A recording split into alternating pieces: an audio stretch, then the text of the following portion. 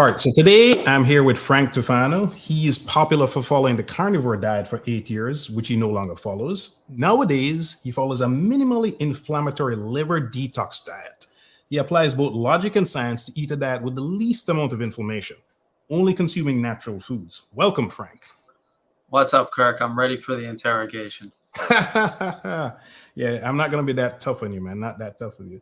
So there's a couple of main areas I want to cover. First, nutrition, diet. That's pretty critical. You know, a lot of people think of, it's all about the exercise, right? It's like the dunk in basketball or the drive in golf. It's the sexy part, but nutrition is pretty critical.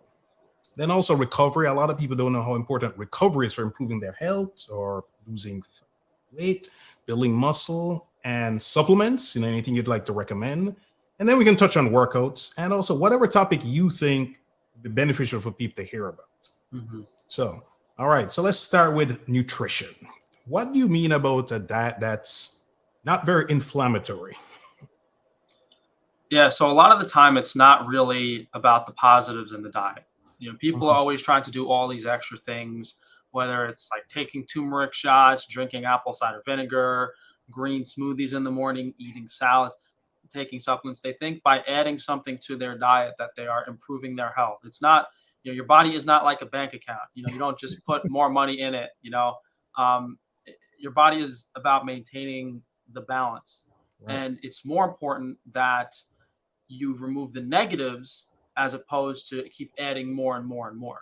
For someone who's like in debt, hundreds of thousands of dollars, their first priority might be to get out of debt as opposed to, getting $1 million. Right. So the same should apply to someone's health. If you're really, really unhealthy, okay, before we do all that extra crap, let's get to a baseline first and then focus on adding the extra stuff. So a lot of the time, especially with conventional foods and fast foods, junk foods, there's a lot of negative things in it.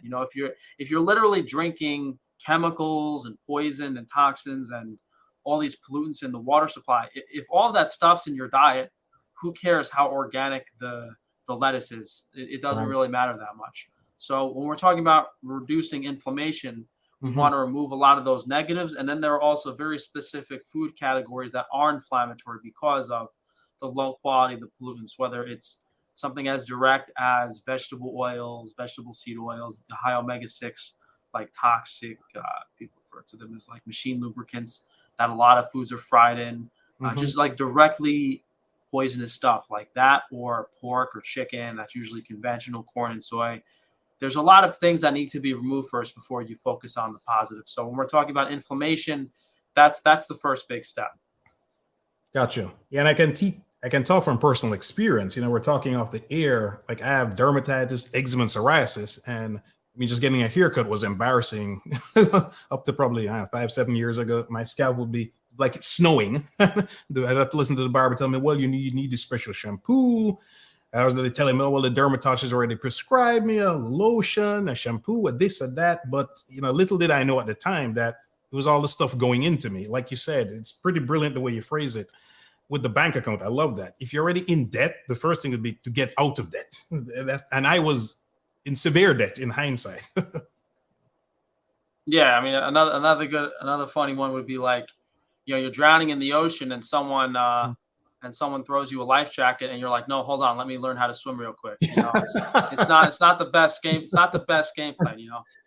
Take the life jacket and worry about the swimming lessons when you're not going to sink to the bottom of the ocean. Right. That's an even better one. Yeah, I'm going to use it. I'll give you full credit, but that's a great analogy. I could do analogies all day, but no, I had some health problems when I was younger too. The reason I used to wear glasses, I actually got LASIK eye surgery because I couldn't wear contacts anymore because my eyes were so dry. Oh, wow. It's things like that. And then years later on the carnivore diet, when I destroyed my liver, that was a whole different debacle. But the current diet I'm following, out of my, probably 10 years of just nutrition now, this is what I've come to. And I'm working on kind of the final book, kind of like so hopefully in another year or 2 or 3, depending on how things go, I will have like that final hypothesis out. But at this point, I've kind of tried everything, and the current diet that I'm showing on my YouTube channel, the current, I just did a food pyramid video last week. Yes. Everything I'm talking about now on my channel is like, it's concrete, it's 100% accurate. It's just I haven't, written a book and laid out the concrete concepts, or like name the diet hypothetically. I Right. haven't like kind of revealed everything. So we're getting there. We're close.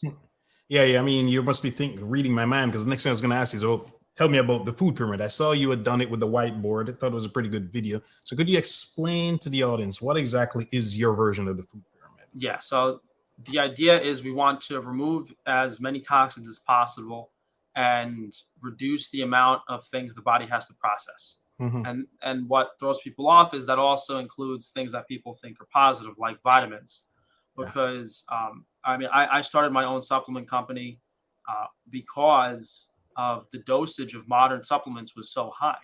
So it's funny because people will be deficient in zinc, and then they'll take 5 zinc pills a day and they'll start getting sick because of the highs. And then that's a bad example, because it doesn't have to be 5 pills. There is like vitamin B6 supplements, where people have symptoms of B6 deficiency. Maybe they take 1 or 2 pills and they feel better, but the dose of the B6 is so high that once they take it consistently, there's like a famous Facebook group for people that had nerve issues from taking vitamin B complex supplements because the B6 dosage was so high. Okay. So this diet is also removing not only the negative things in the diet by going organic and increasing the quality, it's removing the excess vitamins, which you don't really need.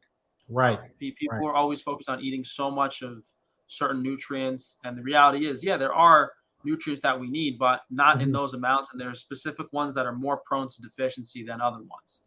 Gotcha.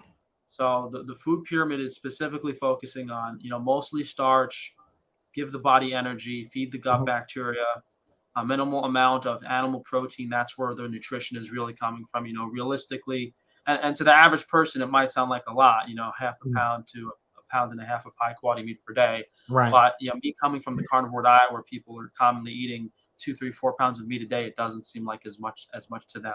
Even some of the keto people.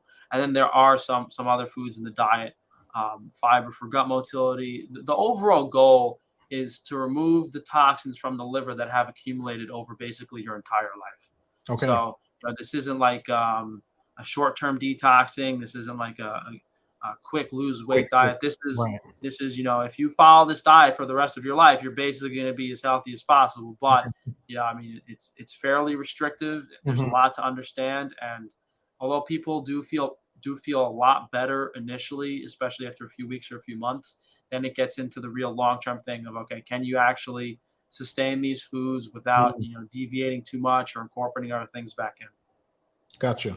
Yeah, a lot to unpack there. A couple things was, the one that really jumped out at me, the first one was people getting too much of a particular vitamin or say a mineral, right? That B6 thing, because I remember thinking about that with like iodine, right?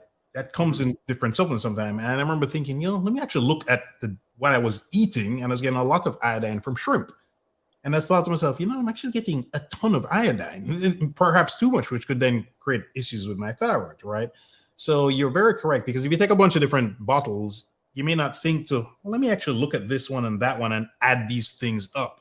So the vitamin B6 one, since so many things have a lot of B in them, it may just have one B or a couple of the B vitamins. Could you, like that nerve damage talk about, is that something that is reversible, or was that like permanent?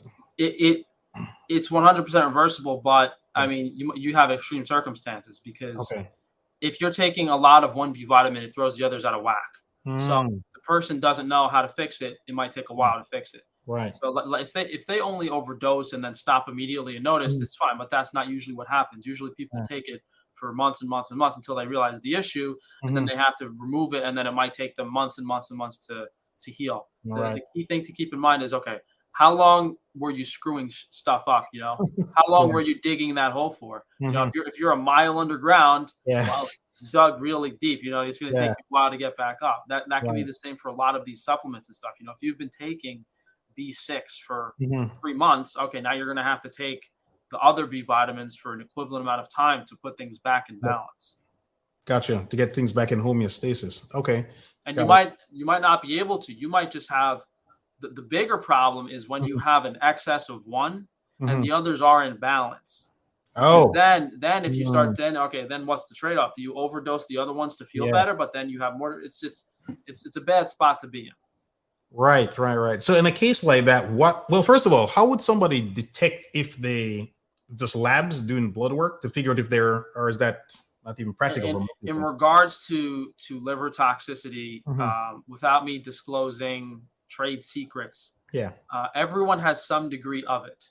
right. Now, how you feel and how you function, you if you're at 20-30% toxicity, let's use it as a percentage of toxicity of your liver. So Okay. let's say 100% is you're dead, right? Right. Maybe in my worst stages, I was maybe 70-80%. I Hmm. was like not sleeping at all. I was super sick. I couldn't eat anything. I So I remember was that. at Yeah. 70-80% before I finally figured things out and kind of reversed it. Because Hmm. once it gets worse than that, that's where you end up hospital. When you get to 85-90%, that's where we're talking about hospitalized liver Hmm. cirrhosis and they think you need a liver transplant. Okay. So let's say that the average person is anywhere between 10 and 30%. Hmm. And until you get above, 10, 20, 30%, you might not experience any health issues. And Okay. this doesn't, I mean, it's especially the liver, but this applies to overall organ function, the kidneys, Right. the pancreas, all the organs can store toxins and be Hmm. impaired to some degree.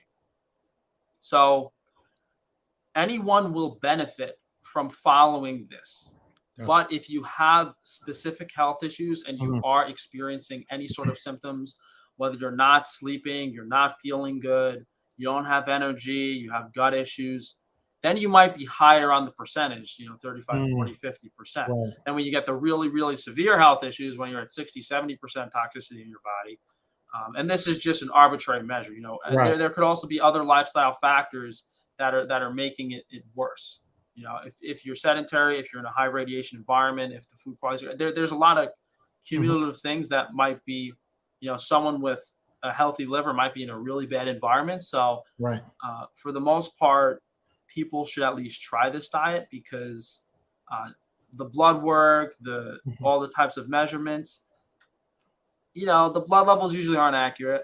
You could get a hair mineral analysis, Hmm. which I've done several videos on to try to get an idea of how balanced the minerals are. Hmm. But you can't exactly do a liver biopsy.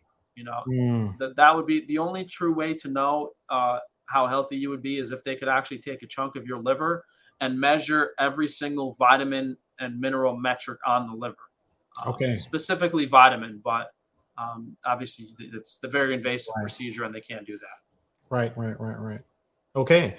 So another thing here is carnivore is very popular, right? And you did that for quite a while, and you did a really good video after pointing out the problems as to how to do it correctly.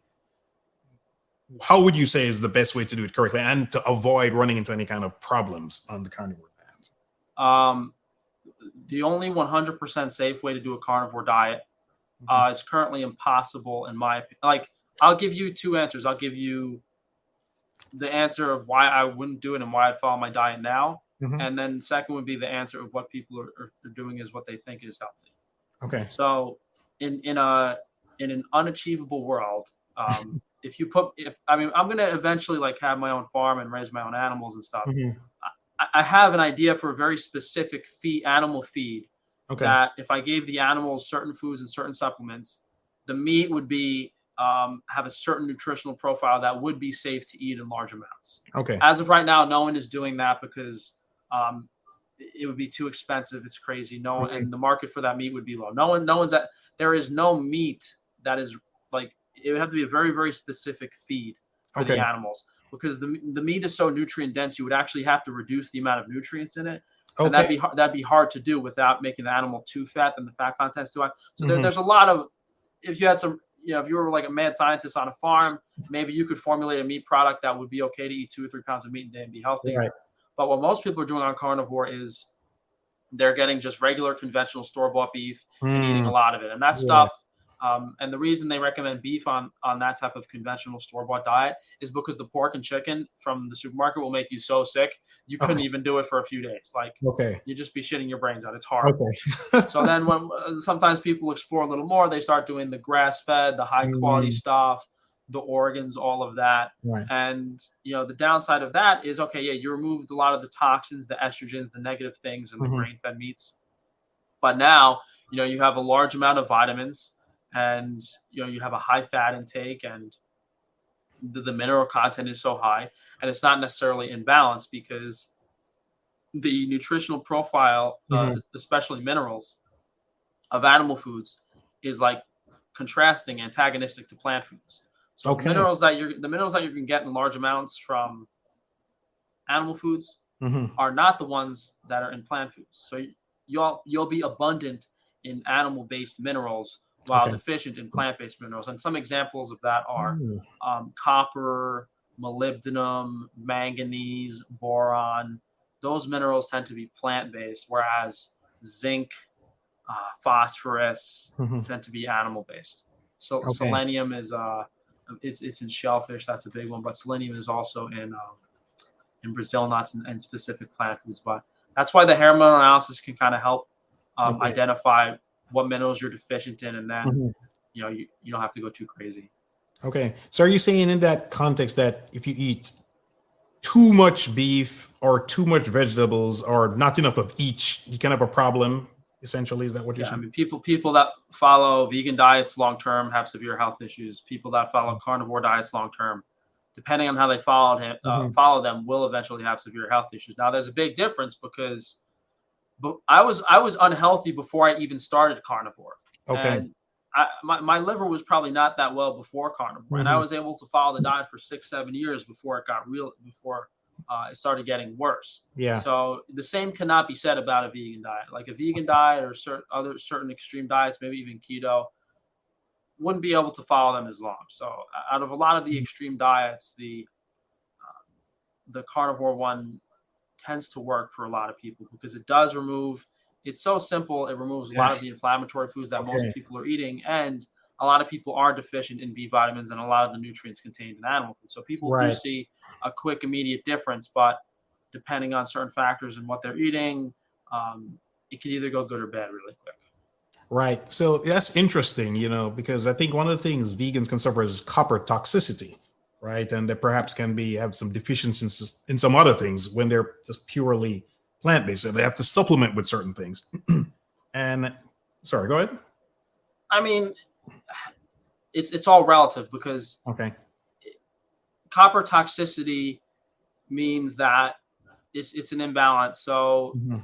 what it really might be is the person is so deficient in zinc that as soon as they eat any copper, the body just freaks out and starts Mm, because the body doesn't want any more copper in it. So it'll right. start sending it to the brain, all different types of tissues. Okay. So, if you're really, really deficient, let's say if you're really, really deficient in everything, Mhm. but like maybe one mineral is a little higher, Right. um, that's the reason that when most vegans start eating meat again, they feel better like instantly. Yes. It's not like a long term. A lot of vegans are fortunate in a sense that they didn't cause a lot of long term damage. They're Mhm. able to fix their health very quickly. But when people carnivore is usually the opposite because people go carnivore for 3, 4, 5 years Mhm. and then they can't even eat plants again. They can't eat certain foods. Oh, So wow. Okay. no, it can be. There's a lot to kind of unpack there, but Mhm. um, it's the vegan copper toxicity, all that type of stuff is more about being deficient in certain B vitamins and animal proteins and stuff. Okay. Gotcha. Yeah. Another thing you touched on is, to me, a keyword is extreme, right? So in anything that's extreme, there's pros and cons, but to me, usually there's a lot of cons, which is what you're talking about here. It's not just what you're putting in, but what you can take out, so to speak, right? And for example, if you go from the sad diet, standard American diet, and you go vegan, you feel fantastic at first, or you go to keto, you feel fantastic, or this or that. But that's because you came from such a bad place, and you could feel fantastic for quite a while until these deficiencies or overages create other problems. So it's a very nuanced approach you're taking, and unfortunately, I don't think enough people are talking about it. You're one of the few places I've ever stumbled upon that talks about this kind of thing, which is why I wanted to, talk to you. Yeah, there's a lot of special interest funding, and a lot of these dietary influencers are not actually, they're not vegan or carnivore because they want to try the diet. They're Mm. they're basically they have special interests and they're being paid, under the table to follow these diets.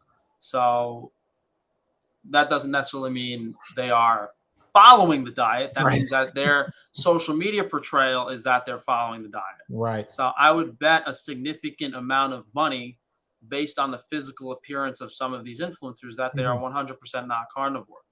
I mean, Yeah. I'm still like, I'm not really carnivore anymore, and I'm Mhm. still like, I'm very lean. Yeah, I Like, remember the pictures. Yeah. I'm always in shape. And when I see these people that claiming they're carnivore, and you can look at like their face and see their soft tissue health Yeah. and how they look and how they act. Yeah, I mean, when you're telling me you eat 3 pounds of meat a day, but you look like average Joe on the street, Yes. it doesn't make much sense to me. No, no. And they say that they're working out on top of it. So it, again, doesn't make sense. Yes. No, you get that's the main thing to keep in mind. Yeah. These extreme diets, um, people aren't necessarily. You're not necessarily seeing the truth on social media. Yes, that is very true. They may do a day of eating, but they may not literally be eating everything they claim to be eating, right? That's another thing I've noticed with some of these dads, because I'd realize, I'm not actually seeing them eat the complete meal. You'll see it, then you see it afterwards, but you literally don't see them eat, even if it's sped up video, right? Sped up footage or stuff like that. So it's a lot. It's a lot about the frequency too.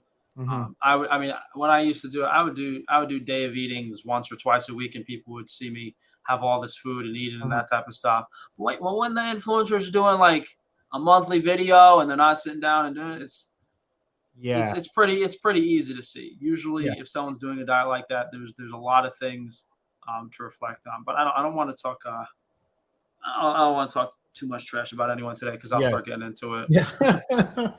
Yes. So here's another thing, because you said something that really resonated with me about when somebody has too much or too little, because I believe when you're very self-aware, your feelings, like sometimes I will feel the urge to eat a lot of beef, right? And it's always pretty much grass-fed ribeye. That's my go-to thing. Okay? Grass-fed ribeye. Sometimes I just really feel the urge and I'll eat a lot of it. And typically it's once a week or something, but sometimes I'll just have this urge and I'll eat several days in a row. And I just feel better or I'd say feel better. And then I just don't feel the urge to eat it for a while. And I'm still getting my protein in, still eat my veg, still get my starches, and my labs are good and I feel great. What do you think about that when people suddenly feel to eat something? Almost like a dog or some other animal that's deficient in something, Mhm. they'll go eat it, so to speak. Yeah, no, the body recognizes cravings into what you're deficient in. Mm-hmm. So, but there's extremes of that. The reason that people get hungry every day and want to eat every few hours is because your gut bacteria, your gut microbiome, to stay ideal and robust, Mm-hmm. would prefer to have some type of carbohydrate or some type of sugar every few hours. Okay. So if you want to wake up in the morning, you have a big bowl of oatmeal, you're feeding your gut bacteria. Right. When you're not feeding your gut bacteria, when you're hungry, the body's signaling, hey, we need nutrition. The same thing applies to a lot of the other minerals and vitamins. But when things get really out of whack and Mm-hmm. people have, follow crappy diets for long periods of time, they're so out of touch with it. And that combined with the low food quality, they're just hungry and craving so many different things 24/7 that they never fix the deficiency. Okay. So something like a red meat craving, Mhm. maybe you're deficient in B vitamins. Problem with protein is generally very difficult to digest. So people Yeah. think that they're getting a lot of nutrition, but the body's not even absorbing everything in it.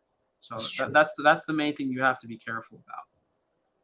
So a specific mineral craving, that type of stuff, that's really really nuanced, and only when you kind of fix and balance everything out Mhm. is the point where you're actually going to kind of feel pretty good and not have like any sort of crazy Right. craving.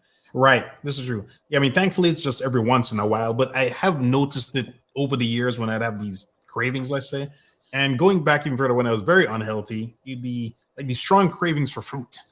I was like a carboholic or something. It was massive cravings for fruit. And interestingly, I was so clueless, back then when Whole Foods had conventional and organic, I thought conventional meant, oh, conventional, this is the good stuff. Mhm. I didn't realize conventional meant, no, it's just the regular stuff.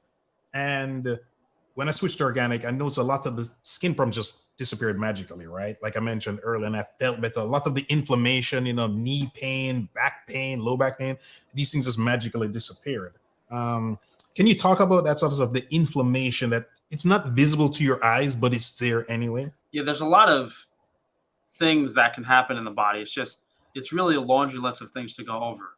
Hmm. But before I go into that, the reason that you'll have people that can eat McDonald's and drink beer every day and they never have any health issues and they live to 110, Hmm. that's because their organ health and their gut microbiome health was so robust that regardless of all the negative crap they ate, Right. it kind of never got defeated in a sense. Yeah. Whereas the majority of the population, 90 to 99% of people, Hmm. it does get defeated at some point. And that's Yeah. obvious in how their health is. So the chemicals and the negative things in food and all the stuff they spray on it, the fluoride in the Hmm. water, whatever it is, they can act as toxins to your actual physical tissue and manifest themselves in health in like sort of any sort of health issue you can Hmm. imagine. But they also destroy your gut microbiome. Right. And the gut microbiome is the first line of defense. So if you're drinking chlorinated water and destroying your gut bacteria, then you're not going to have like your own little army in your stomach to kind of Mm. fight against the pesticides and the herbicides, fungicides, whatever. So there needs to be a balance when you start bombing out your gut and doing all these extreme things, and when the body gets overcome in that sense, Hmm. then that's where the health issues start. Right. If you That's why a lot of people don't have acne, a lot of people don't have health issues, and then a lot of people do. There's a difference in the gut microbiome and overall cellular health, but the Hmm. reason that those two people, one person might be perfectly healthy, one Right. person might be on their deathbed and they're eating the exact same thing, is Hmm. because at one point the person on their deathbed was overwhelmed with the toxins, whether it's because of their environment, their overall organ health or something. And then once it becomes overwhelmed, Hmm. then it's like it can't recover. Like if you're what's an analogy for this? Like if you um like if you didn't eat for like a few days Hmm. and you try to go to the gym and lift weights, even if some type of weight that you've always bench pressed, you can't move it. Right. You cannot move the weight. It's true. So until you recover and sleep and eat for a few hours to a day or two, you will not be able to lift the weight. But Right. if your body does not get that recovery time, you'll never be able to do it. Then Mm. that person that's consistent, even if they don't eat as well or they come in the gym every day, they're able to keep pushing the weight. It's The key is the consistency and the recovery time. And a lot of the what I call them catalysts. There's a Okay. catalyst in your life that strikes the health issue. A good Okay. example of this is a lot of college kids will go out and drink bottles of vodka and eat Hmm. pizza and do that for years on end. That's a big catalyst for a lot of people. Right. Another big catalyst is like a high radiation EMF environment with all this 5G stuff, all the new technology. Hmm. Sometimes when people expose themselves to high amounts of radiation all day, that can be a catalyst for destroying their gut health through oxidative damage. So when one of these catalysts happen, the person might never be able to go back to eating or sleeping normally until they can recover. And it could take a long time to do that. Gotcha. Gotcha. What's Is this? I mean, there's like was it like wasn't Wilt Chamberlain the basketball player that said he used to drink like or Michael Jordan? I don't remember. They used to drink Coca-Cola, before they played. There's like all types okay. like 2 liters of Coke or something crazy Yeah. before a game. So no, these people are doing stuff that's like, well, Outliers. that doesn't make any sense. He's Yeah. the top athlete in the world, but once you understand the importance of your organ health and your gut microbiome health and Hmm. how that can protect your body against chemicals and food and environmental stuff, that's it's important to recognize. But hey, some people are set up for failure when they're born. They weren't Yeah. breastfed. They have crappy formula. They're fed shitty food their whole life. They already have so many toxins and negatives Hmm. in their organs and their whole body. Even when they're a kid, that they never develop properly and they can never even get their health back. Right. I'm somewhere in the middle there. I'm not. I've never really been healthy my whole life, but I've been fortunate and smart enough to be able to figure it out and help other people. Gotcha. Gotcha. No, a lot to unpack there. I was taking notes. So I definitely used to have gut problems, right? And I remember how I solved it was getting raw heifer fermented Yeah. foods from a farmer. This is when I lived in Yeah. Texas, Mhm. and Yeah, I'll talk if you're done. I'll talk about kefir a lot. Yeah. Yes, yeah. And that stuff where, I mean, way more potent than the stuff you can buy in the store. You know, when you'd open the thing, it would pop and you just smoke, like, it was almost like smoke coming out, and take a sip, you're like, whoo, it's so strong. But man, that just fixed me. You know, it took about a year or so, because prior to that, I would get gassy super easy from eating almost anything, right? And it's about a year of getting that kefir consistently, and it just fixed me. You know, this repopulated the gut bacteria, just solved all my problems, and that stuff is very effective, right? I mean, I have a son, and he was born with a, let's call it, it's a version of sickle cell problems, right? And you know, he was on various drugs, etc. to start, and had him on getting kefir, and some had tried to keep everything as clean as possible, basically, right? And I remember after a couple of years, the chief hematologist came and said, you know, he's kind of beating around the bush, and he's like, well, your son's labs are just like a normal kid's labs, and it's like, it sounds like what you're telling me is we should take him up to penicillin, right? And the guy's like, yeah, that's what I would recommend. I was like, yes, let's go for it. I'm not going to come back years later to sue you. And you know, he's been good since then. He's only had like 2 or 3 crises, so to speak, where, you know, for safety, he got to carry him to the hospital. But he's doing way better than the typical kid who has his problems. And I can't prove this, but I am 100% sure that it's because he's lived a very clean since being born, essentially. And physically, you know, he's just he can do things I could never do as a kid, like cross his legs and just lift his body up. This is without training. He doesn't do gymnastics or anything like that. He just has great body control, right? Can just drop into a split effortlessly, you know? So unlike myself, because I'm more like you know, somewhere in the middle, I think he's had some of these benefits, let's say. So yeah, that's a pretty key thing. But talk about healing the gut, because that's Yeah, so that you know, those few minutes I was speaking prior to this, we kind of spoke about what the problem is, like how people get sick, why the body gets sick, why some people eat certain foods, the same foods, and one person's healthy and one person's not. How to actually fix that. You know, I was on my new diet for months and months and months, and I didn't actually fix my health until I started incorporating the probiotics. Okay. Now the issue is with my specific diet and liver dysfunction, can't eat dairy. Okay. Cannot have dairy, and kefir, dairy kefir, and properly made yogurt are the 2 highest quality probiotics you can really have. Yeah. It has the diverse natural microbes that occur in our gut that will repopulate it. The key thing to understand is most people don't value probiotics because all the probiotics in the supermarket, the supplements, the kombucha, all that crap, Culturelle, whatever they're selling you, it's not working. It's like you go to a what's it called? Dog shelter. Where do they keep the animal shelter? Animal shelter. Yeah. You go to an animal shelter. Yeah. And all the dogs are dead. And they're trying to sell, and the guy's coming up to you and he's handing you dead dogs. You like this one? You like this one? You look at the guy like he's got 3 heads. Yes. That's the same thing. That's what those probiotics in the store are. It's like going to the animal shelter to buy a dead animal. They're not alive. Yes, they're not. The cultures, the bacterial cultures in the store are not correct, and they're not alive. He's not even selling you a dead dog. You go to the animal shelter to adopt a dog, and he's giving you a dead rat that he picks up off the street. That's a good analogy for this. Yeah, that's like the probiotics in the store compared to actual kefir or actual yogurt. And these are natural strains of probiotics that inoculate the specific product. Now we have kefir and yogurt on Frankie's Free Range Meat. I'm fortunate to have a local Amish farmer that makes that for us. But the main thing I've used is water kefir, which I have on my other website, Frankie's Free Range Foods. Now water kefir, the culture, it's different than dairy kefir, but it was still enough to fix my gut health. It's the problem with dairy is you have these casein proteins, you have calcium, you have a lot of things that when people are in a very poor state of liver health, they just can't eat that stuff and go crazy. Especially high calcium and allergens in dairy. Water kefir doesn't have those things, but it does have pure probiotics. So for me, drinking the water kefir and having water kefir grains for several months was the only thing that restored my gut health. And the thing there is, you know, why does it take so long? Well, you can drink that stuff and it's not like it's just going to take hold. You know, your body is still toxic and unhealthy. So it's very easy for the body to revert to the sickened state. Now, without the probiotics, can you fix your health without the probiotics?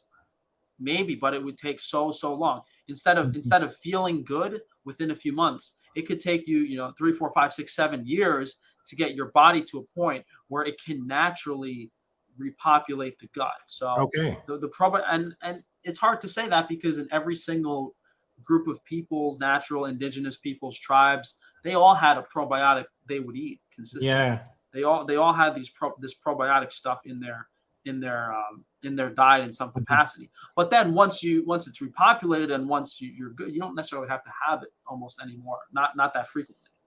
Gotcha. Yeah, so here's an analogy.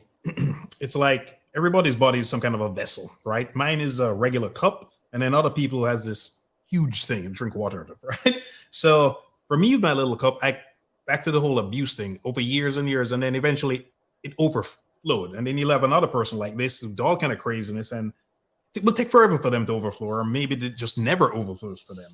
I Mhm. think that's a pretty apt thing. So I suffered the gut thing pretty early. I guess trying to remember now because I'm 49. This would be probably by my mid 30s. I thinking back now, that's when things would have gotten really bad, I guess. And it's one of those things you just think it's normal. You just got to suffer with it. It is how it is. Listening to all the standard medical mumbo jumbo out there until I just pure luck stumbled upon this sort of thing, and then was Googling and found this farmer, right? Why do you think it took about a year with the regular kefir I was getting versus it wasn't warped kefir for sure, to fix me in about a year? Is that typical? Because I didn't have any master plan when I did it. I just kind of did it, right? What type of kefir were you drinking? Well, it was something to do with he had cows and goats, and to be honest, I'm not sure It which. was from a local farm, right? Yeah, it was from a local farm in Texas, correct? Yeah, it depends. I mean, how much were you drinking every day? Quite a lot, actually. I would buy, let me think, a liter, something like that, or two per week, because I was drinking it. My son was drinking it. This is a while ago. This is Yeah, like I mean, some 2010 people. now. I mean, the water kefir. Some people will drink 1 or 2 liters a day.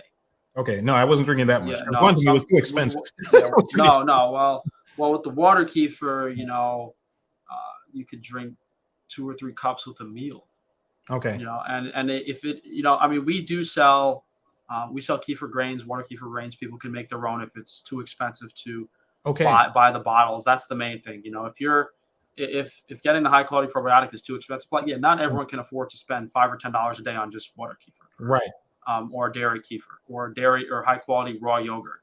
So what you can do is you can, whether it's water kefir grains or dairy kefir Mhm. grains, you could buy water kefir grains, buy your own organic sugar, organic molasses. It might take you a little while to get the recipe sorted out, Right, but that's how you can drink a large volume of it every day to fix your gut health. gotcha. The dairy, look, as I said earlier, my extreme diet, I've had problems with dairy. Hmm. Um, I don't really recommend as a probiotic, but the same thing would go. You'd buy the dairy kefir grains, and you'd have to buy raw milk and Okay, make the kefir yourself. It's a little easier to make the dairy kefir than the water kefir. okay. But the point is, some people might need a very large volume of probiotic every day. Mm, So right. if you can't spend, I mean, to buy 2 bottles of our water, we sell the water kefir for $8 a liter, Hmm. but that's because we're using Mountain Valley. It's not this water. This is Fuji. But the point is, we're Okay, using a glass bottle of mineral water like this. It hmm, costs us about $3 just for the water. okay. So we're I mean, I should be charging about $10 for it. So Hmm. for someone to come, I mean, what I tell people is, look, try our water kefir, buy a few bottles, Right. and then you'll be able to test it and say, okay, it works. And then if you can't afford it, then you can make it yourself. Got it. But I mean, some people, to fix their health, Hmm. 15, $20 a day is not as big of a deal.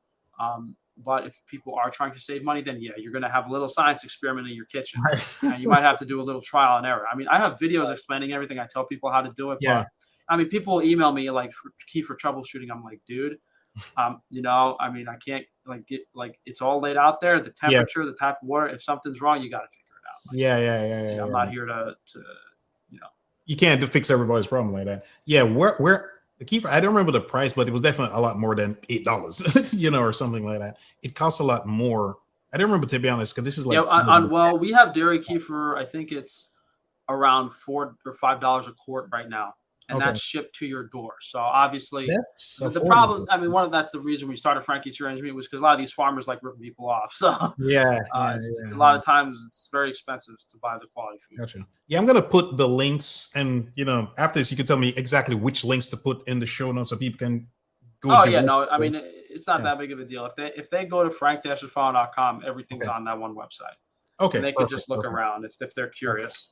I'm gonna try the water keeper because I've never tried that before, but I know a lot of people, there are a lot of science out there. The big focus for immunity is the gut, to make sure your gut is working properly. If that, Hmm. to me, the two big things that have come in the last couple of years is sleep and your gut. Hmm.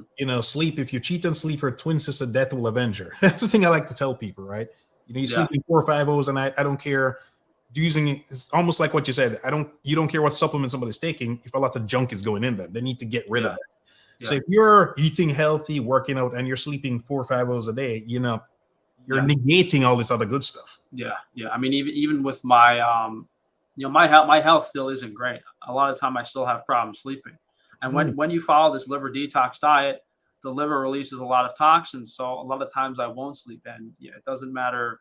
Um, it doesn't matter how good everything is. The good okay. night's sleep is the most important thing. Yes. Yes. Yes. Yes. Yes. Yes. So I mean, I assume, but well, I shouldn't assume. I guess you're following good sleep hygiene, limiting all this like blue light late at The night. most important, I mean, this net, this silver canopy, EMF protection canopy made of silver. That's one of my look. All my businesses I started because they were stuff I needed myself. So this Mhm. is Wi-Fi shielding. So the Okay. big thing for sleeping, there's a few things I'll go into that I found are crucial. The the Okay. blue, the blue light stuff to me is nonsense. It's not Okay. nearly as significant as everything else. Number one, the radiation in the room has to be as low as possible. Most people will need a bed canopy because they can't turn off everyone's cell phone, they can't Hmm. turn off all the Wi-Fi devices, they can't control everything. So you might need, and in some extreme cases, like 2 or 3 layers of silver canopy to block all of the radiation. Okay. So it's called a Faraday cage, basically. Okay. Once you're sleeping in a Faraday cage, Hmm. then there's two other things that might cause you not to sleep. One is grounding, being in physical contact with the Yeah. earth, Hmm. because when humans are in contact with the earth, the electric charge is neutral. If you're not touching the earth, your charge slowly goes up positive. Okay. So you can be really electrified and not be able to sleep.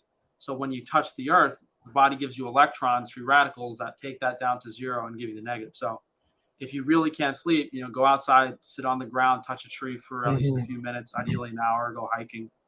That's the other thing that's key for sleep. And the final thing is toxin release from your liver. So Hmm. since I'm following a detox diet, a lot of the times my liver will be releasing high amounts of certain things that can go to my brain and everything, and Okay. just excitation. Like it can excite Ah, parts of the body and keep me awake. gotcha. So I need to actually, in a lot of cases, take activated charcoal before bed. So the endotoxins and negative Absorb. things in my Yeah. gut absorb Okay. into the charcoal so that I can sleep. Hmm. Um, Okay, that's interesting. I would have never thought of activated charcoal at night. Would well, you you know? gotta understand. This is from someone. My liver was so bad, I didn't sleep for like a year straight. I remember the video It was was very shocking bad. when It I was very watched bad. it. Yeah, yeah, yeah, yeah. It was So pretty for me shocking. to go from not sleeping at all to just a few hours a night was like a miracle. Yeah. And now it's on and off. Sometimes I'll get good night's sleep, sometimes I won't. But um, I mean, it's because I have my business and everything. But Yeah. if I was truly like, if I had everything 100% on the mark, I can get a decent night's sleep. But Okay. most people are fortunate that they won't get to that point where they have to do so much stuff. Right. Gotcha. This is true. You know, I'm almost wondering, so for example, drinking alcohol too close to bedtime definitely has been proven to mess with your sleep Well, quality. honestly, Mhm, my best night's sleep are when, like, I'll go to a restaurant once a mhm. week. I'll have a few beers and I'll have a meal that maybe a few foods I shouldn't have. Right. I'll be out cold because those foods will actually temporarily stop the liver from releasing the toxins. Oh, wow. So there's a lot of nuances here and there. Yeah. There's a lot of things that can happen that, okay, maybe you'll get a good night's sleep, but Mhm. long term, it's stopping the liver detox. Yeah. Okay. So That's there's a interesting. lot of nuance, Yeah. but the thing is, if you're sleeping in a metal tent Yeah. and you're grounded and you know the EMF is zero and you still Mhm. can't sleep, then that gets a little scary where you're like, okay, wait, now it's an internal thing. What did I eat? What did I do? Mhm. What do I need to do?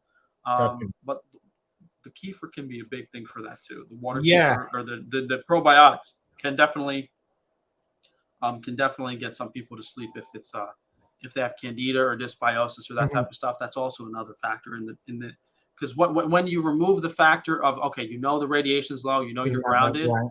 What do you have to fix in the diet to make you sleep? Are you taking too much of a supplement? Is it a Mhm. probiotic thing? Are you allergic to a food? Are you eating too much? Is this or that? So Yeah, it's process of elimination. I remember at one point in time I used to plug up my router at night, right? And I don't know if it was a placebo effect, but I swear because I used to have lots of sleep issues, right? So I ended up buying an Oura ring, not wearing it now. I was out the desperate. I was trying everything under the sun to improve my sleep. One of them being plugging up the router. And I don't know if it was a placebo effect, but I would swear that my sleep was better whenever I plug up the router at night. So every yeah, night I'd plug it out, I'd plug it back in the morning, So yeah. I've done a lot of videos on the EMF radiation stuff, mhm. but to simplify it, the radiation piercing through your body, it causes calcium to be flushed out of the cell. Okay. So calcium in the brain. If you look up hypercalcemia, Mhm. it causes insomnia, excitation. So Um, so that happens to me too. Like if yeah. if someone wants to FaceTime me at night Mhm. or call me on the phone at night, Yeah. or I'm on TikTok, like I'm eating my dinner on TikTok, I'm Yeah. scrolling through my phone for a half an hour. Yeah. That radiation that can excite the brain to the point where you might not be able to sleep that well. Well, So something funny. Yeah. it's not really Mhm. usually it should not be that significant unless like it's a direct phone call for 30-40 minutes. Right. That's where you're doing really stupid stuff that can keep you awake the whole night. Yeah. Yeah. Yeah. But then if you don't turn the phone off, this is what we're talking about now Mhm. is if you're sleeping in a Faraday cage. Yeah, okay. Like if you go from high to zero, you Mhm. still might not be able to sleep. Okay. Just the excitation from the radiation for that period of time might take your body naturally a few hours to get Mhm. used to. Right. So, but then if you're just in that environment all the time, it depends on the person's individual tolerance, how good their Mhm. sleep will be. Gotcha. Yeah, there's a lot to unpack there, but I know there are many studies showing like using a phone for like 30 minutes or within 30 minutes of bed, it definitely messes with your sleep quality, right? So there's probably all these things you're talking about right there. And personally, I know anecdotally, yeah, I try to avoid not touching the phone within 30 minutes or an hour of bed. You know what I mean? I try to avoid it. The excitability. And I remember when I was playing tournament chess, it's back to the excitability of the brain. If I was just going through a game, just a book, I'm not playing, I'm just making the moves, but my brain is thinking, I would frequently like wake up in the middle of the night.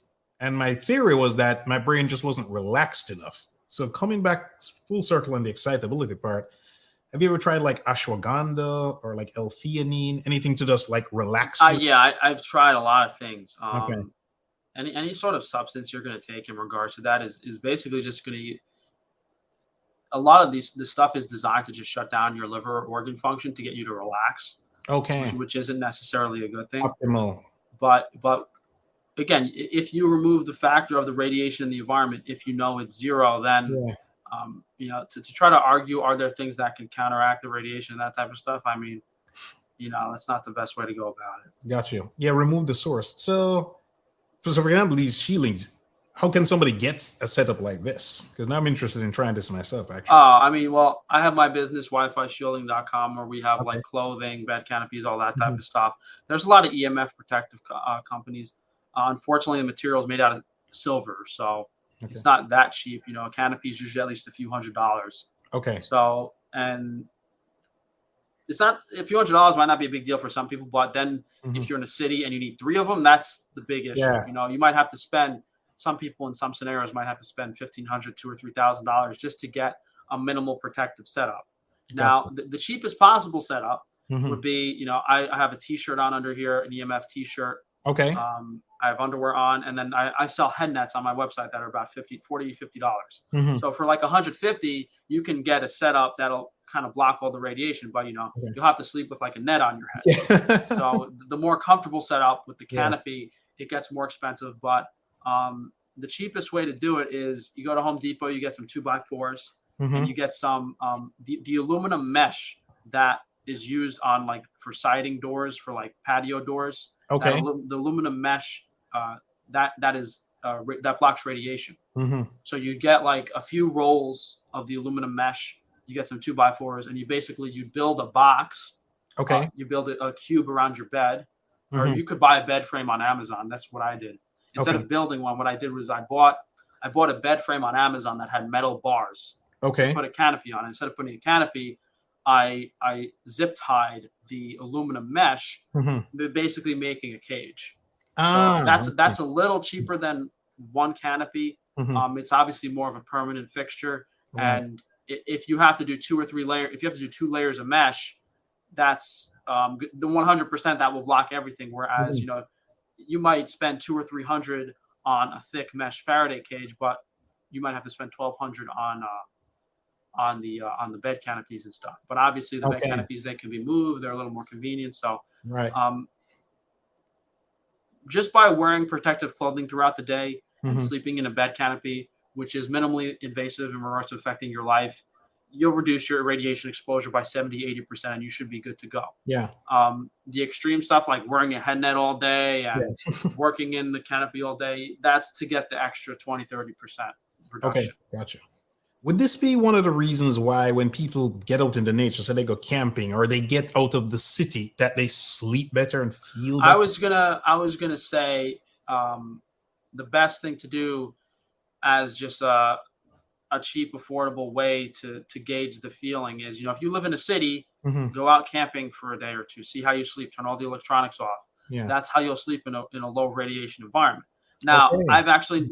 when I bring that up to people, they don't really care, but you're actually the first person that's told me that, that's asked me why do people sleep better while they're camping? Yeah. Usually most people don't know most people don't go camping and they don't observe that, so Yeah. um, they don't have a reference point. Yeah. I've noticed it Once you personally. have a reference point for the low radiation environment, then you Mhm. understand the importance of it. Yeah. Yeah. I immediately put two and two together because I have experienced this personally. You know what I mean? Just growing, because I grew up in Jamaica, right? So Kingston is a big city in Jamaica, but it's not big like a New York or remotely close to that. You can put the entire country probably in New York. But I would notice a difference going to the resort areas, the country areas, let's say. You just less EMF, less of everything, less light pollution. You can see more stars at night. The sky is really bright with the stars, etc. And I would always notice sleeping with her when I was a Cub Scout, or just doing any kind of camping, just getting out or going up the Blue Mountains hills where they made the famous Blue Mountain Jamaican coffee. The sleep quality just went through the roof. Yeah, yeah. Not only Everybody would that, say it, yeah. the two things notice are the mental clarity and the energy. Yes. When the EMF is reduced, there will be a lot more mental clarity, and when you're grounded, the energy levels will be a lot higher. Gotcha. So I'm definitely gonna order one of these things. So what would I need? So in my room, I got a queen bed set up. Can I get something that I can set it up at night and then I don't know, move it in the morning? Yeah, I mean, if you have a hanging canopy, you can just take it down. Okay, gotcha. All right. I'm It'll definitely take you a gonna few minutes every day, but okay. So okay, Wi-Fi shielding.com. I'm going to go to that and order one of these things because yeah, again, personally, I've definitely experienced some benefits for that for sure. Yeah, that's pretty interesting. Is there any difference to you between goat versus cow's milk? I know you can't do milk now, but no. Well, I regarding mean, the first of all, protein, goat milk's disgusting. Like, okay, I don't know how you could drink civilized person can drink that shit. No, yeah, I just don't. Jamaicans like the goat meat, right? well, you know something funny. Even though I'm Jamaican, I can't eat curried goat. I'm the only It's Jamaican I know that disgusting, can't dude. I eat can't curried do goat. it. I can't. I can't even do lamb, let alone goat. But Yeah, jokes aside, yeah. it's for some reason the goat milk is really high in vitamin A. It's too much vitamin A. Oh, I okay. think it's actually 3 to 4 times higher than cow's milk. And cow's milk is already high in vitamin Mhm. A. It's Yeah. just to get a corresponding amount of other nutrients, vitamin D and stuff. It's bad. Okay. It's bad. Gotcha. From a health perspective, sheep's milk is usually safe. Then Okay. cow's milk is good too. But goat's milk, I would usually avoid. Okay. Gotcha. Yeah, I I didn't would realize it usually avoid. was very high in vitamin A. The only big positive I thought I'd read about once was the protein size, which is a lot smaller. It's a Yeah, smaller animal. same in the sheep milk. The protein's a lot Yeah, smaller. yeah, it's a big But closer than more to yeah, like humans. yeah. I mean, the important note about the dairy products is generally the kefir and the yogurt are going to be a lot easier on your gut and a lot more beneficial from a health perspective. Gotcha.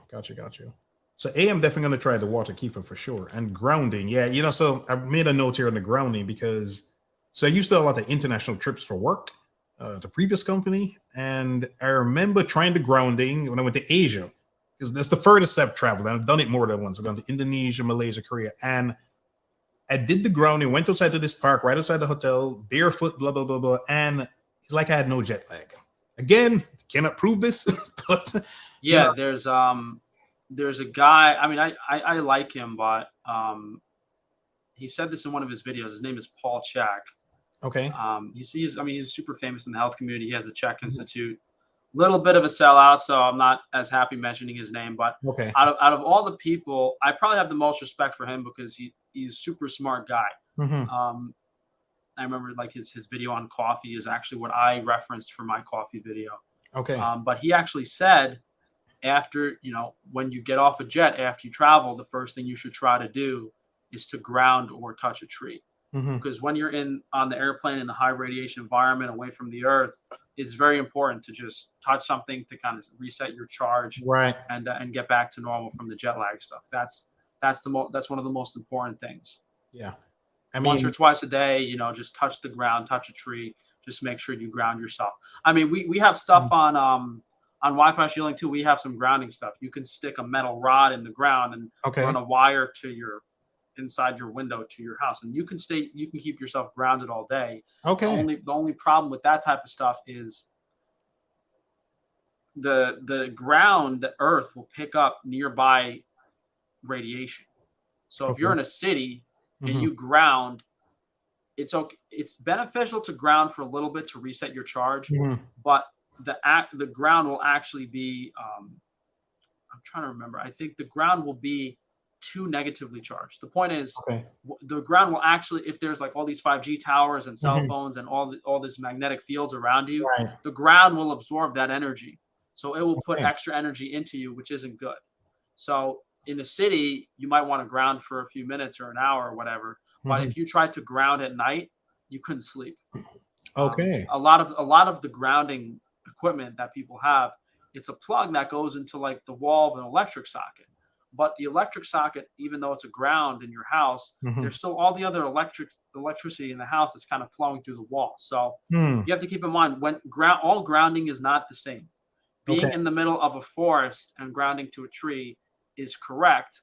Being in a city and grounding in a park, it's still beneficial, but you don't want to stay grounded in a way. It's a modern problem. It's very inconvenient, but that's why, like, if you're in a rural area, you can probably go into your backyard. They have these grounding wires. I said the sets I just explained. It has a rod you put in the ground. It has a wire that runs 20, 30 feet. Then it has a strap you can tie on your wrist or leg. You might want to do that in a rural area, but if you're in a city or a suburb and you try that and you don't sleep better, then you know that it's not a good idea, because the non-native environmental EMF is trapped in the ground, and that's extra is being pumped into your body when you ground. Gotcha. Okay. Is there anything to, I guess, this concept of dirty electricity where people try to minimize that somehow? Is there any? Yeah, that's one of the types of EMF. So you have radio frequency radiation, which is the Wi-Fi, the cell phones. Most of the stuff we've been talking about is radio frequency radiation that we want to reduce. Dirty electricity is just headphones in the walls. These are actually air tube headphones. I sell these too. There's it's electric sound up until here, and then it's an air tube. So the electricity is not by my head. That's the electric fields, the dirty electricity. It's not nearly as big of a concern as all the other radiations. So I don't really bring up dirty electricity, because to me, it's not like if your head is next to an electrical socket, that's not the best idea, but that's a rare scenario. Right.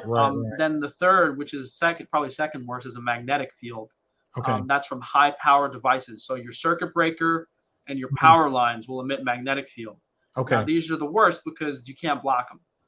So if you're sleeping, if you're next to a circuit breaker, you got to move. If you're next to a power line, you got to move. Gotcha. So the magnetic fields, the very high powered stuff, you could put 10 feet of lead. Well, you would need 10 feet of lead to dissipate it. It's too high of power. Like there's larger companies than me that sell special material to block magnetic fields, but these are like heavy industrial government stuff. They're ordering millions of dollars worth of nickel and metal and lead to block the magnetic Okay. fields. Um, the radio frequency fields, however, like Wi-Fi and cell phones, a small sheet of metal will block them. So that's kind of what we're talking about, protecting ourselves from. Okay. Got it. No, good point. So in terms of recovery now, like I said, a lot of people, they tend to ignore that. We touched on sleep, the importance of sleep. What about other forms of recovery? Maybe naps or any supplements? If you're the radiation protection clothing is probably important for just overall recovery, making sure your organs are protected all day.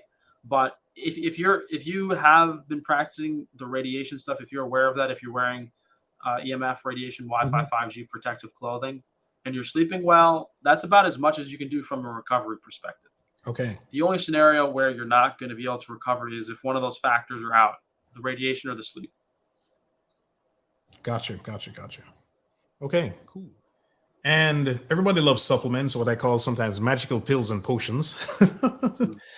Are there any particular supplements you recommend for, let's say, overall health or to aid somebody with, trying to transform their body, let's say? Yeah, I mean, as with all my businesses, I started them because it's unique product. Usually, when people start a business, it's like, oh, I wanna open up a pizza store and I'm gonna make a slightly better pizza than that guy. Yeah. My businesses have notable differences. Specifically, the supplements that I sell are their food dosages, so you could realistically get them from food in most cases. Okay. And they're very straightforward. So I'm selling like B vitamins, vitamin C, and my main selection is a bunch of minerals. Okay. I sell all the minerals. There's like 10, 11 of them: copper, molybdenum, manganese, zinc, boron, all that stuff. I have all the minerals for sale, and I also have a few oddballs here, like a macronutrient digestive. I have a digestive enzyme to help people break down food if they're not digesting food. I do sell the activated charcoal, and I do have masticum, which is something big that I actually have every day. I mean, I have so many videos on masticum, but the point is that all the supplements that I have are actual physical nutrients or minerals that occur in food that you would want to balance. So the difference is, when you eat the food, you're getting protein, carbohydrates, fat, energy, building blocks for your cells and your body, and cholesterol and all that stuff. The things that you might be missing, whether it's a B vitamin or a mineral, if you're not absorbing them correctly or in large enough amounts, that's what these supplements are for. Okay. So these are designed, like the B complex is actually, if you ate 4 pounds of steak, that's what the B complex is. Okay. Now, most B complexes have hundreds of times that, which is too high, which is not good to take that much of a dose. So the reason you would take this is if, you might not be absorbing all the B vitamins from that steak. Your body might not actually be breaking it down. And in poor states of health, you actually need more. And in actually a lot of scenarios, even if you're eating a high selenium food, if your gut health is that messed up, you might not even be absorbing any of the selenium. Okay. So now I don't take as many supplements.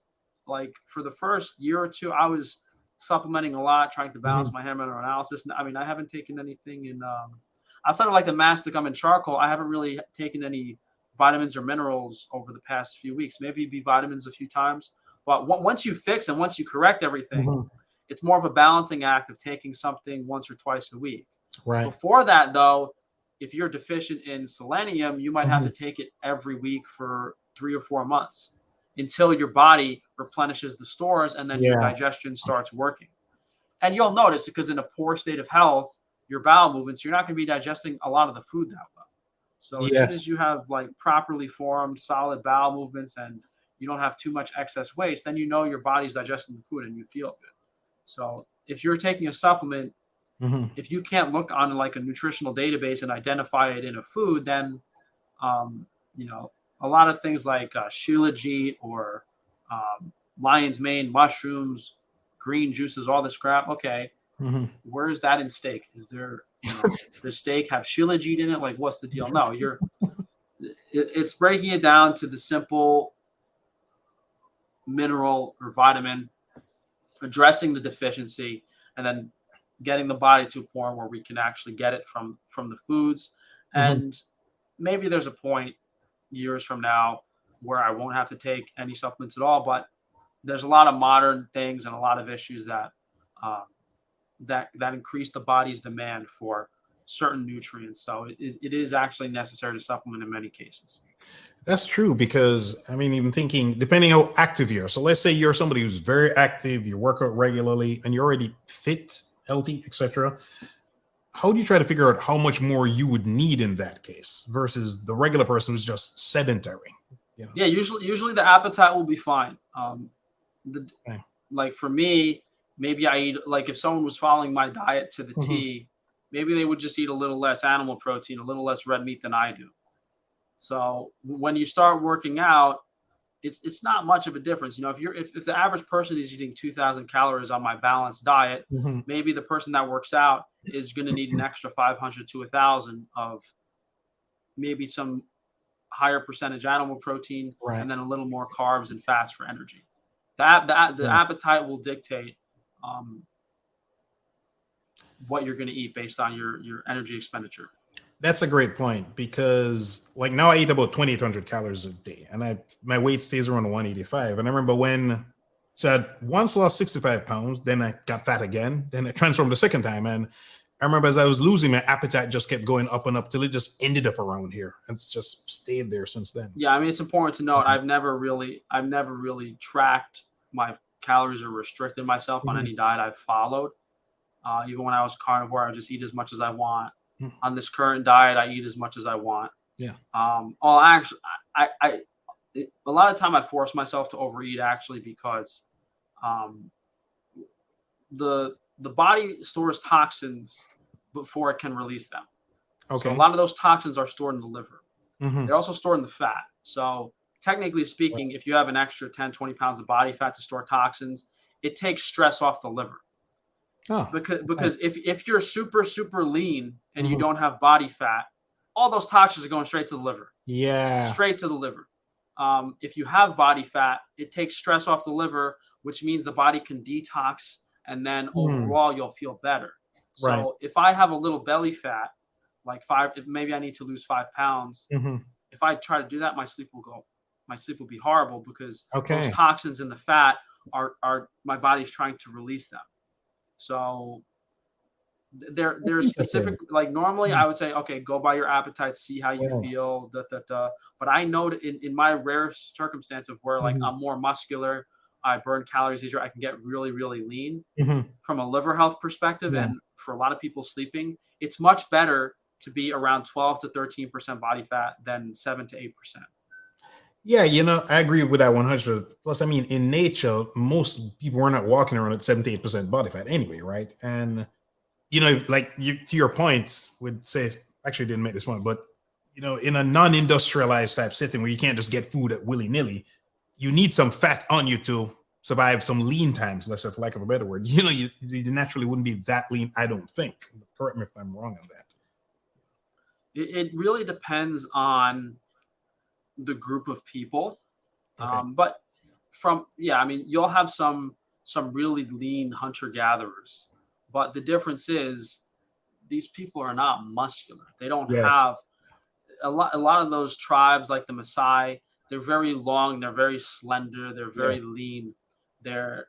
It's a very hot environment. They're kind of adapted to it. And then if you look at like a lot of the UFC fighters, a lot of those guys are some huge Polish dudes. Yeah. Like like you put a Polish guy next to a Maasai, he looks like he's 3 times the size. Yes. Yeah. All the calcium and the dairy and the animal protein that Polish dude, the grains he was eating growing up, the way he developed, he has a lot more hard and soft tissue in his body. Mm. So people are kind of adapted to their environments, and then Yeah. once you bring weightlifting into the factor and muscle mass, Hmm. that really changes the body's expenditure. Because I've been on and off bodybuilding for like 15 years now.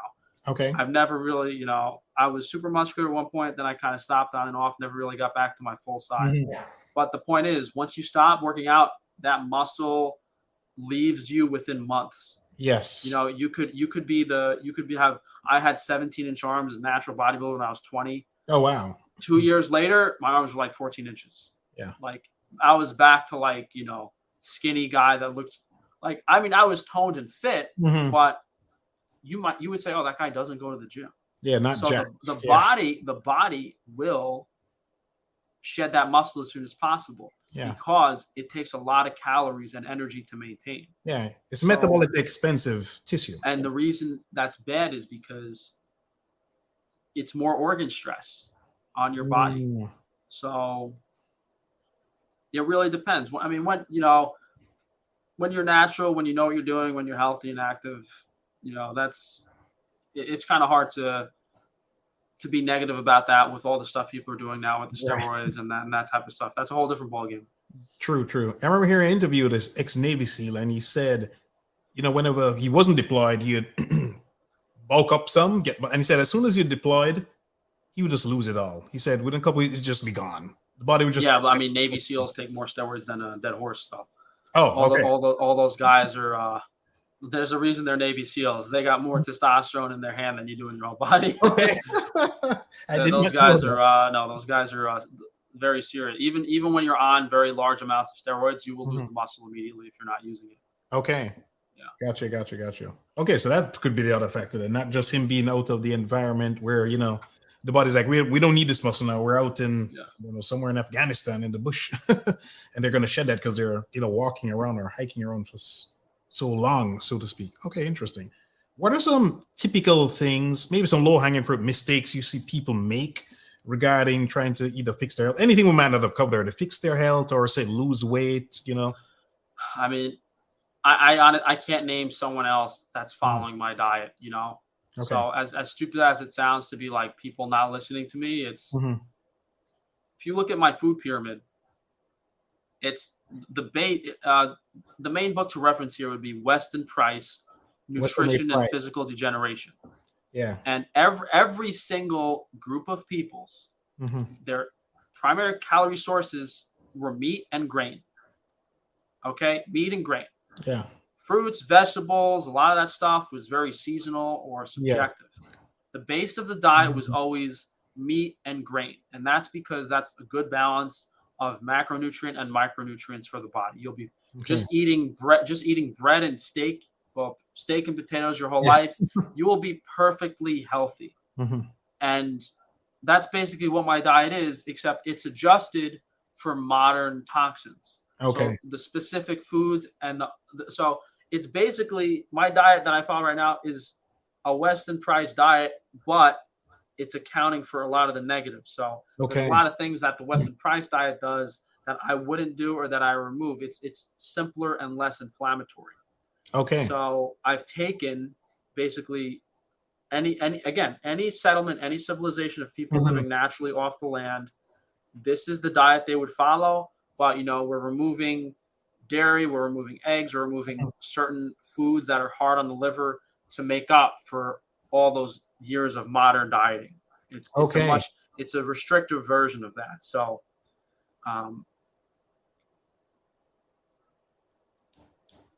it's hard for people to get the basics right because there's just so much misinformation out there. Oh, yep.